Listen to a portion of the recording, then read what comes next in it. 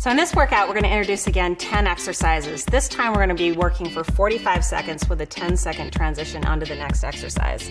Once we've completed all 10 of these exercises, we're going to take a 1-minute recovery and then begin again for 2 to 3 more rounds. So we're going to start out in a squat position, a little bit wider than shoulder width, weight evenly planted in our feet. Swing our arms down and back behind us, and then exhale and reach up towards the sky. We're going to move back and forth between this, bring it all the way up onto the balls of the feet, keeping the body tall. Exhale, full extension.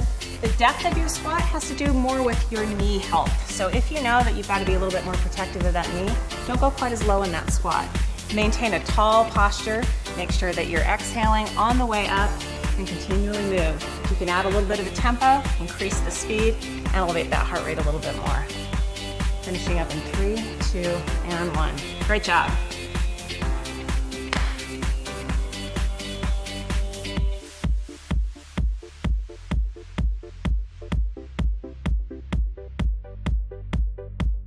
Now we're prepping for what's called a wood chop. We're going to go ahead and keep that stance a little bit wider, reach up to the corner, pull across the body. So in this movement, we're using nice long levers. We're making sure that our glutes are engaged as we reach up towards that corner, and then an exhalation pulling across the body and engaging through that core. If we can, we're going to make that range of motion a little bit longer and add more of a rotation as we come back across the body. We've got 45 seconds here. How are we feeling, team? Feeling good. Awesome. Keep up that energy. Remember, you don't need to keep our tempo. Find that tempo and pace that works for you. Work hard. Make sure that you feel those glutes engaged on that extension so that back is protected. Keep it up, guys. Nice long body. Good. 3, 2, and 1.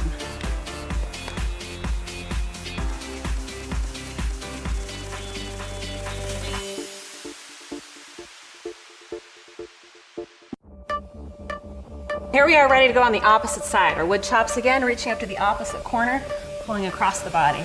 So establish that line first, making sure that we feel like we're in a place where we can have that extended position, back supported, glutes engaged. Moving quickly across the body if we feel like we can do that. Keep up that energy, more rotation. We feel like we've got that ability to twist and rotate. Never ever work through pain. So we want to just keep that heart rate working high. Feel that exhalation as we pull across the body. Nice, keep it up. How are we feeling, team? Great. Looks good. Excellent. Exhale every time we pull across. Honoring where our body's at. Finishing up in 3, 2, and 1. Excellent job.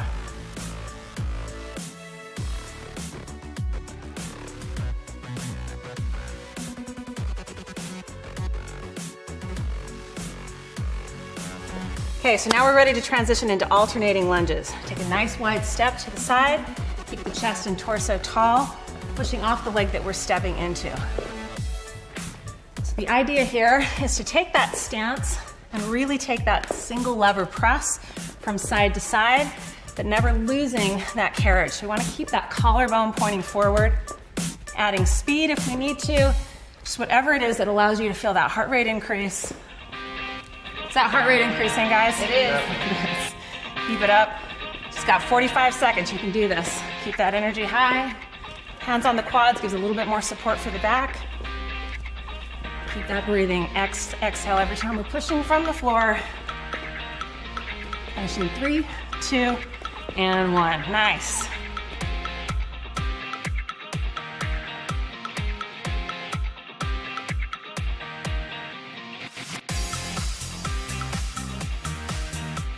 So now we're moving into a side-to-side squat. We're going to step out into a stance a little bit wider than shoulder width, come back to standing right in the center.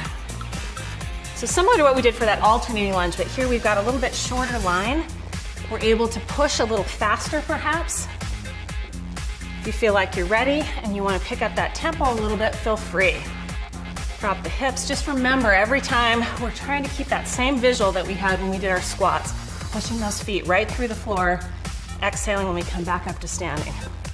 It's just 45 seconds. How are we feeling? Awesome. Keep it up. Almost there, guys. Nice and low in those squats. Tall every time. We can do this. 3, 2, and 1. Nice.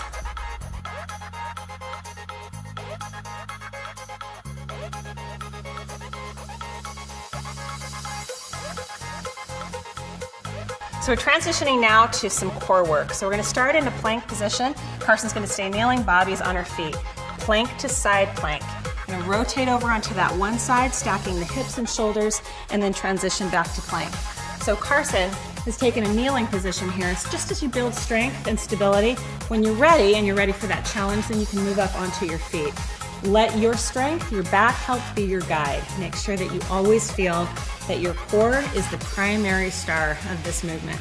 So making sure when we come back to that plank as well, we have our shoulder blades back and down, thinking back to just those basics we learned with our push-ups, making sure we apply all the things that we're learning.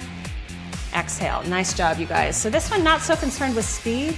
We want to make sure that when we move to a balancing side plank, that we are controlled. We've got the ability to stay there. Core is fired up, nice and strong. 45 seconds. How's the core doing? It's on fire. Nice. 3, 2, and 1. Excellent.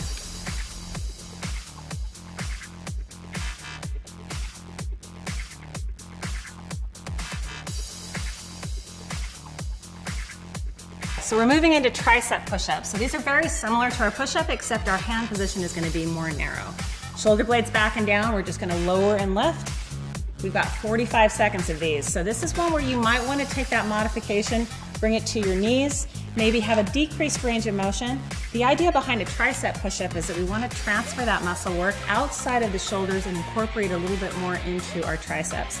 So literally our arms are skimming our sidelines. We're kind of trying to squeeze those arms right along the body. Carson, how are we doing with those full body triceps? Too bad it's only 45 seconds. Let's keep going. Keep that energy nice and high. Make sure that we still remember with this, we are incorporating our core. Abs should be on fire, glutes engaged, no sway in that low back. Nice job. Last 3, 2, and 1.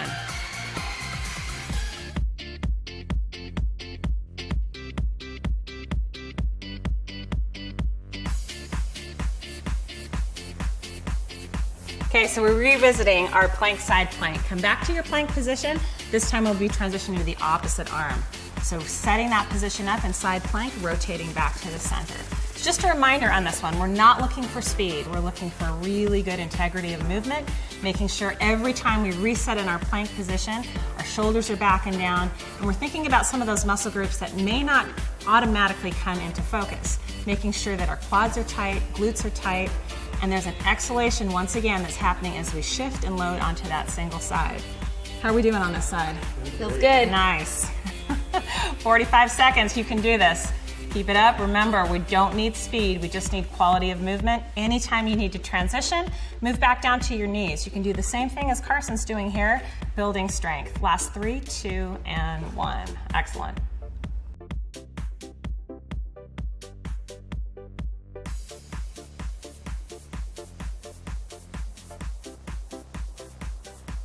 Okay, so now we're transitioning into glute bridges. So laying down on our back side, we're gonna have our heels close to our glutes. Go ahead and start by pulling the belly in, squeezing the glutes, lifting and lowering. So this movement is gonna be fluid, back and forth, up and down. Try to keep your knees from pulling apart. Keep that engagement, keeping them squeezing right in the center. We also want to avoid a hyperextension in the back. So we don't want to move into a back bend. Just think more about carving those abs out, drawing the belly in close to the spine, finishing that movement with tight glutes on the top. That consistent movement back and forth. Once again, when we talk about core, we want to remember that those core muscles wrap all the way around our trunk, not just the front abdominal muscles, but moving through some of the accessory muscles on the back side, and we're feeling all of those firing up. Yes? Yes. Let's keep going. 4, 3, 2, and 1. Nicely done.